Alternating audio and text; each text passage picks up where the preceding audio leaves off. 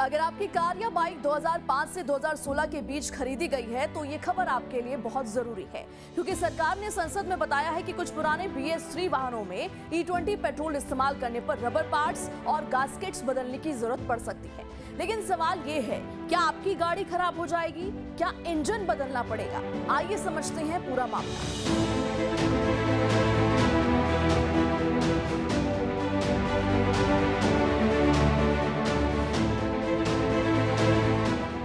जय हिंद, नमस्कार। मैं हूं प्रेरणा सिंह और आप देख रहे हैं लाइव टाइम्स का डिजिटल प्लेटफॉर्म। केंद्र सरकार ने पहली बार माना कि E20 पेट्रोल इस्तेमाल करने से गाड़ियों को नुकसान पहुंच सकता है। केंद्रीय सड़क परिवहन एवं राजमार्ग मंत्री नितिन गडकरी ने राज्यसभा में लिखित जवाब में ये जानकारी दी। उन्होंने कहा कि BS3 मानक वाली कुछ पुरानी गाड़ियों में E20 के कारण कुछ रबर पार्ट्स और गैस्केट बदलने पड़ सकते हैं। ये गाड़ियां मुख्य रूप से 2005 से 2016 के बीच बने हैं। ये पार्ट्स नियमित सर्विसिंग के दौरान आसानी से बदले जा सकते हैं।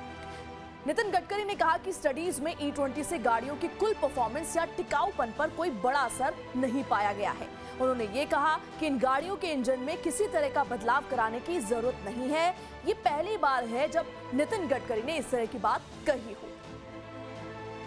अब कुछ एक्स्ट्रा टिप्स आपको बताते हैं, किन लोगों को ज्यादा ध्यान रखना चाहिए। अगर आपके पास पुरानी BS3 कार या बाइक है तो आपको ध्यान रखना है, गाड़ी 2005 से 2016 के बीच बनी है या फिर फ्यूल लीकेज है, स्टार्टिंग प्रॉब्लम है या रबर सील डैमेज जैसे सिम्टम्स दिख रहे हैं तो सर्विस सेंटर पर फ्यूल सिस्टम इंस्पेक्शन करवाना बेहतर रहेगा।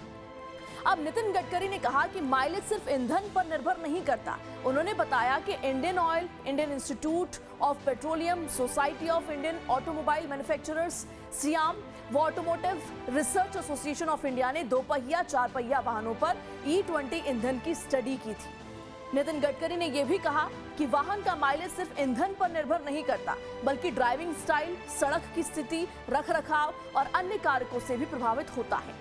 इसका इस्तेमाल दुनिया में एक सदी से ज्यादा समय से हो रहा है। अब वो सब कुछ जो आपके लिए जानना जरूरी है, एक एक करके इसका जवाब आपको बताते हैं। सवाल, कौन कौन से पार्ट्स बदलने पड़ सकते हैं?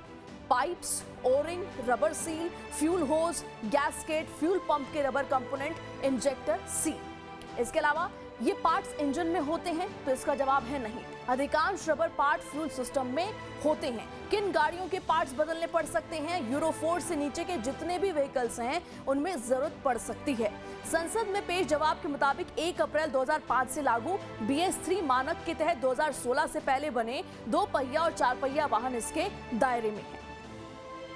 अगला सवाल, एक बार पार्ट्स बदलने का खर्च कितना आएगा? ये गाड़ी और मॉडल पर निर्भर है। मर्सिडीज में महंगा तो मारुति सस्ता पड़ सकता है। 2 पहिया में 500 से 1500 रुपए और 4 व्हीलर में 2000 से 8000 तक का खर्चा आपका आ सकता है।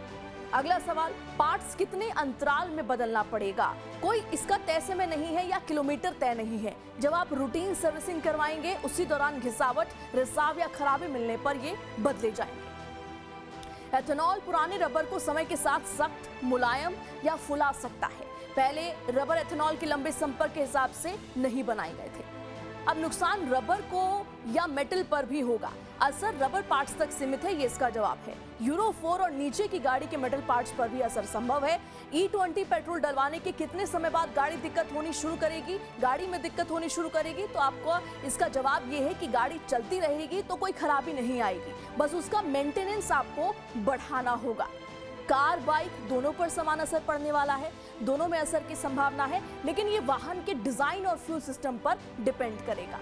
सरकार और ऑटोमोटिव स्टडीज के अनुसार E20 के इस्तेमाल से सभी पुरानी गाड़ियों में इंजन फेलियर जैसी कोई वाइड स्प्रेड प्रॉब्लम सामने नहीं आई है। कई टेस्ट में पाया गया है कि परफॉर्मेंस और ड्राइवेबिलिटी पर बड़ा असर नहीं देखा गया। यानी मामला इतना सिंपल नहीं है कि E20 डालते ही गाड़ी खराब हो जाएगी। तो अगर आपकी गाड़ी BS3 है, हमें कमेंट में बताइए आपकी कार या बाइक कौन सा मॉडल है और क्या आपने E20 पेट्रोल के बाद कोई बदलाव महसूस किया। और ऐसे ही और एक्सप्लेनर्स के लिए हमारे चैनल को सब्सक्राइब करना बिल्कुल भी ना भूलें। मुझे दीजिए इजाजत। जय हिंद, नमस्कार।